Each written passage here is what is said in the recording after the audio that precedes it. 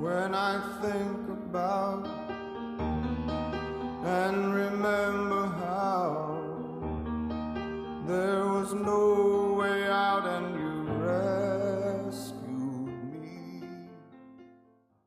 2 Chronicles chapter 33. Manasseh was 12 years old when he became king, and he reigned 55 years in Jerusalem. But he did evil in the sight of the Lord, according to the abominations of the nations whom the Lord had cast out before the children of Israel.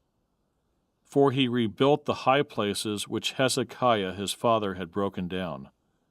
He raised up altars for the Baals, and made wooden images, and he worshipped all the host of heaven, and served them. He also built altars in the house of the Lord, of which the Lord had said, In Jerusalem shall my name be forever. And he built altars for all the hosts of heaven, in the two courts of the house of the Lord. Also he caused his sons to pass through the fire in the valley of the son of Hinnom. He practiced soothsaying, used witchcraft and sorcery, and consulted mediums and spiritists. He did much evil in the sight of the Lord, to provoke him to anger. He even set a carved image, the idol which he had made, in the house of God, of which God had said to David and to Solomon his son, In this house and in Jerusalem, which I have chosen out of all the tribes of Israel, I will put my name forever, and I will not again remove the foot of Israel from the land which I have appointed for your fathers, only if they are careful to do all that I have commanded them, according to the whole law and the statutes and the ordinances by the hand of Moses.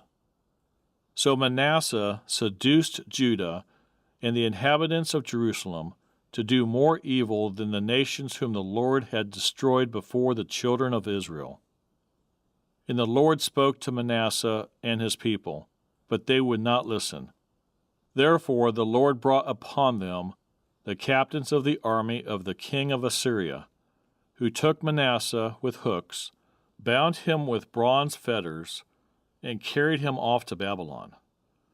Now when he was in affliction, he implored the Lord his God, and humbled himself greatly before the God of his fathers, and prayed to him, and he received his entreaty, heard his supplication, and brought him back to Jerusalem into his kingdom.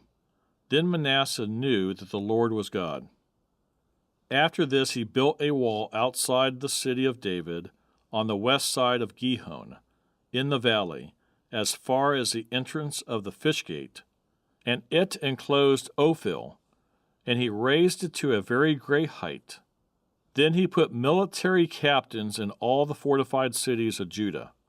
He took away the foreign gods and the idol from the house of the Lord, and all the altars that he had built in the mount of the house of the Lord and in Jerusalem, and he cast them out of the city. He also repaired the altar of the Lord, sacrificed peace offerings and thank offerings on it, and commanded Judah to serve the Lord God of Israel. Nevertheless, the people still sacrificed on the high places, but only to the Lord their God. Now the rest of the acts of Manasseh, his prayer to his God, and the words of the seers who spoke to him in the name of the Lord God of Israel, indeed they are written in the book of the kings of Israel. Also his prayer, and how God received his entreaty, and all his sin and trespass, and the sites where he built high places, and set up wooden images and carved images, before he was humbled. Indeed, they are written among the sayings of Hosea. So Manasseh rested with his fathers, and they buried him in his own house. Then his son Amon reigned in his place. Amon was 22 years old when he became king, and he reigned 2 years in Jerusalem. But he did evil in the sight of the Lord. as his father Manasseh had done. For Amon sacrificed to all the carved images which his father Manasseh had made, and served them. And he did not humble himself before the Lord, as his father Manasseh had humbled himself. But Amon trespassed more and more. Then his servants conspired against him, and killed him in his own house. But the people of the land executed all those who had conspired against King Amon. Then the people of the land made his son Josiah king in his place. But from my heart, I'd like to say